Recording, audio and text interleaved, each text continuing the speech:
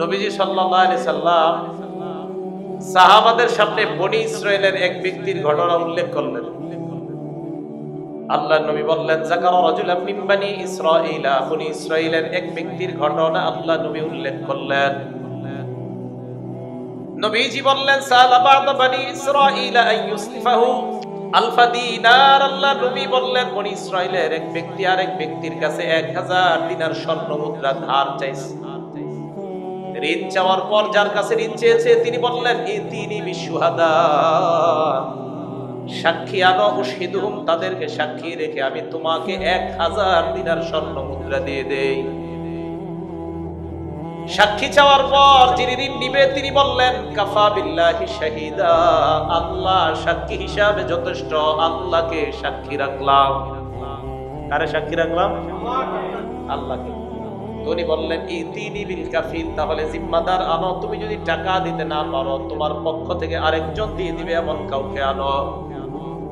উনি জবাব দিলেন, কাফা বিল্লাহি ওয়াকিলা, আল্লাহ আমার পক্ষ থেকে জিম্মাদার হিসাবে যথেষ্ট, আল্লাহ আমার পক্ষ থেকে জিম্মাদার।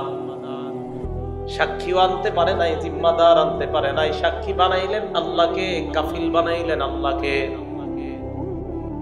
যিনি ঋণ দিবেন, যাকে ঋণ দিবেন তার দিকে তাকিয়ে বললেন, সাদাক্তা, আমার মন বলছে তুমি সত্য বলছো, তুমি সত্য কথা বলছো। ফাদাফাহা ইলাইহি ইলা আজালিন মুসাম্মা, নির্দিষ্ট একটা সময় বেঁধে দিয়ে তাকে 1000 দিনার স্বর্ণ মুদ্রা দিয়ে দেয়। সাক্ষীকে? জিম্মাদারকে? ঋণ কয় হাজার স্বর্ণ মুদ্রা? 1000 স্বর্ণ মুদ্রা ঋণ দিয়ে দিচ্ছে। তো দেওয়ার পর ওই ব্যক্তি এবার ঋণ নিয়ে যখন চলে গেলেন, ফাখরাজা ফিল বাহরি, সমুদ্রের মধ্যে সফর করলেন। হাজাতা 1000 দিনার দিয়ে তার প্রয়োজন পুরো করলেন। তারিখ যখন মনে পড়লো, অমুক তারিখে টাকা দেওয়ার কথা, টাকা পয়সা সব রেডি করছে। করার পর সমুদ্রের কিনারে যায়, নদীর কিনারায় যায়। যাওয়ার পর ফালতামাসা মারকাবান, একটা স্টিমার নৌকা ট্রলার তালাশ করে, কোনো ট্রলার পায় না। নদী পাড়ি দিয়ে ওপাশে টাকা দিতে যাবে এমন কোনো বাহন নাই, ট্রলার নাই, লঞ্চ, স্টিমার, ফেরি কিচ্ছু নাই নদীতে। এখন চিন্তায় পড়ে গেছে, আমি কি করবো এখন? হাদিসের বর্ণনা, ফালতামাসা মারকাবান ইয়ারকাবু ইয়াকদামু আলাইহি লিল্লাযী ইলা আজালিন মুসাম্মা, নির্দিষ্ট সময়ে টাকাটা দেওয়ার জন্য একটা বাহন তালাশ করতেছে, যে আমি আমার এই টাকাটা পরিশোধ করার জন্য একটা নৌকা দরকার। তো সমুদ্রের পাড়ে গিয়ে ঘুরতেছে, কোনো নৌকা নাই। বারবার চিন্তা করতেছে, ইন্না লিল্লাহি, ওই ভাই আমারে কি মনে করবে? ফাখাযা খাশাবা, একটা কাঠ নিছে, কাঠ নেওয়ার পর ফানাকরাহা, কাঠটা ছিদ্র করছে। আদখালা ফিহা আলফা দিনার, ওই কাঠটা ছিদ্র করার পর, ছিদ্র করে ওই কাঠের ভিতর 1000 স্বর্ণ মুদ্রা ঢুকায় দিছে। ওয়াসহিফাতাম মিনহু ইলা সাহিবিহি, নিজের পক্ষ থেকে যিনি এই টাকা পাবে তার কাছে একটা চিঠি লিখলেন। চিঠিটাও ওই কাঠের মধ্যে দিয়ে দিয়েছে। সুম্মা জাজা মাউদিআহা, যেই জায়গা ছিদ্র করেছে ওই জায়গাটা সুন্দরভাবে ডাকছে। ডাকার পর সমুদ্রের কিনারায় আসছে। আসার পর আল্লাহকে ডাক দিয়ে বললেন, আল্লাহুম্মা ইন্নাকা তা'লামু আন্নী কুনতু তাসাল্লাফতু আলফা দিনারিন ফুলান, অমুকের কাছ থেকে আমি 1000 স্বর্ণ মুদ্রা চেয়েছিলাম। লোকটা আমার কাছে সাক্ষী চাওয়ার পর আমি বলেছিলাম, সাক্ষী হিসাবে আল্লাহ যথেষ্ট, ফারাদিয়া বিকা, মাবুদ ওই লোকটা তোমাকে সাক্ষী হিসাবে পেয়ে সন্তুষ্ট হয়ে গেছে। আমি বলেছিলাম কাফিল হিসাবে আল্লাহ যথেষ্ট, রাদিয়া বিকা, এই লোকটা তোমাকে কাফিল মেনে নিয়েছে। আল্লাহ, আজকে আমি যানবাহন না পাওয়ার কারণে লোকটা টাকাটা পৌঁছাইতে পারতেছি না। মাবুদ, আজকে কোনো উপায় নাই। ইন্নী আস্তাউদিউকাহা, আমি তোমার দায়িত্বে এই টাকাগুলা ছেড়ে দিলাম। রমা ফিল বাহরি, আল্লাহকে বললেন, আল্লাহ আমি সমুদ্রের মধ্যে কাঠটা ছেড়ে দিলাম, আমার ওই ভাইয়ের কাছে টাকা তুমি পৌঁছায় দেওয়ার ব্যবস্থা করে দাও। এটা বুখারী শরীফের বর্ণনা।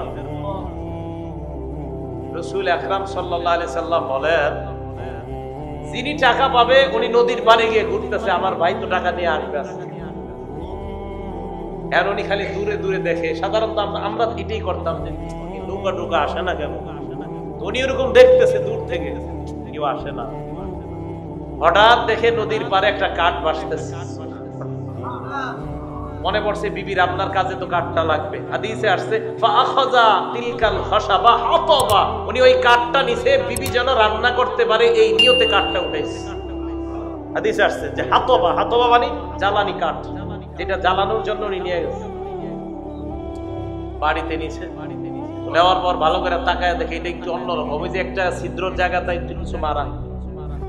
তো দুইজনে মিলে এটা কাটতেছে, আস্তে আস্তে কাটতে কাটতে হঠাৎ দেখে কি জানি একটা দেখা যাইতেছে। ভালো করে কাটার পর তাকায় দেখে সুন্দর একটা কিসের মধ্যে যেন পেঁচানো কি দেখা যায়। ওই জিনিসটা খোলার পর তাকায় দেখে ওইটার মধ্যে 1000 দিনার স্বর্ণ মুদ্রা দেখা যায়, সাথে একটা চিঠি। চিঠিটা খুলছে, খোলার পর চিঠির মধ্যে বিস্তারিত সব লেখা। ভাই আমি তো আসতে পারি নাই, নৌকা পাই নাই, ট্রলার পাই নাই, আগে আগে পাঠায়া দিলাম। তো ওই লোক আবার পেরেশানিতে, আরে কাঠটা গেল কিনা।